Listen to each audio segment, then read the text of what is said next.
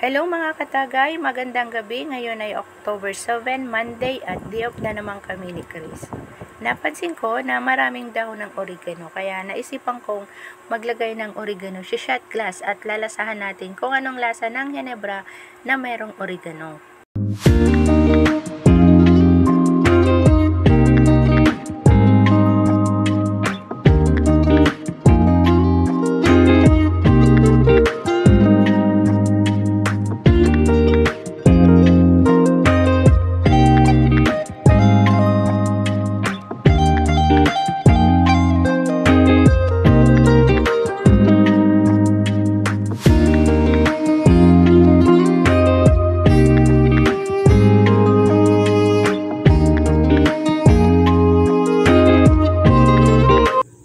Ininom ko na yung Ginebra na may oregano ay wala naman akong ibang nalalasahan except sa naamoy ko lang yung oregano dahil siguro sa bagong pitas ito. Ngayon titingnan natin si Chris kung may malalasahan ba siyang oregano sa Ginebra. After ni Chris na ininom yung tagay niya ay wala naman siyang naging reaksyon.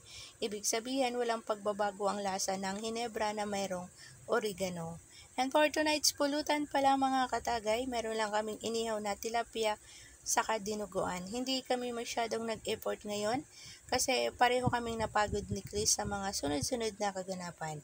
So mga katagay, if you like our video, please like and subscribe our channel and drink moderately. Bye!